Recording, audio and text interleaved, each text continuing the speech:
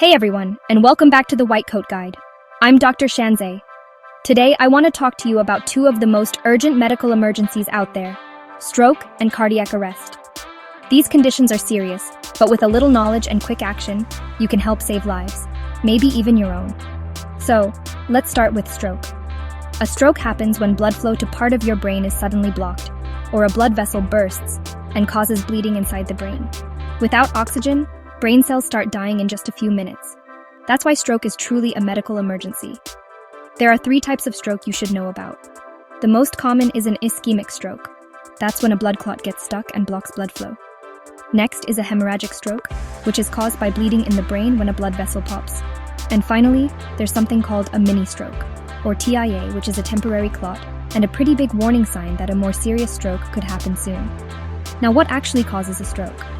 The main culprit is high blood pressure. But diabetes, high cholesterol, smoking, obesity, and heart problems like atrial fibrillation also raise your risk. And yes, your family history and age play a part too. Recognizing a stroke fast is crucial. Remember the FAST test. F is for face drooping. A is for arm weakness. S is for speech trouble. T means it's time to call emergency services right away. Other warning signs are sudden vision loss, dizziness, confusion, or a severe headache that comes out of nowhere. When it comes to treatment, every second counts.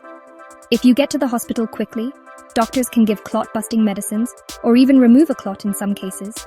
If it's a hemorrhagic stroke, surgery might be needed. And after the emergency's over, rehab with physical, speech, or occupational therapy helps people get back on their feet. Now let's talk about cardiac arrest. Unlike a stroke, cardiac arrest is when your heart just stops beating out of nowhere. The most common trigger? Heart disease, often after a heart attack. But irregular heart rhythms, blocked arteries, high blood pressure, diabetes, obesity, smoking, and even stress all play roles. Unfortunately, our modern lifestyles have made these problems more common than ever. Here's the good news: you can lower your risk for both stroke and cardiac arrest. Eat healthy, move your body, keep your blood pressure and blood sugar in check, quit smoking, and find ways to manage stress. Small changes can make a huge difference. So let's keep it simple. Be aware, act fast, and never ignore the warning signs.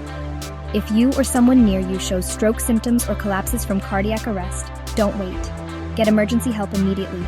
It could save a life. Thanks so much for tuning in to the White Coat Guide. If you found this helpful, hit that subscribe button for more health tips.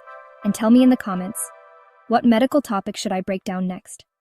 Stay safe, stay healthy, and always stay informed.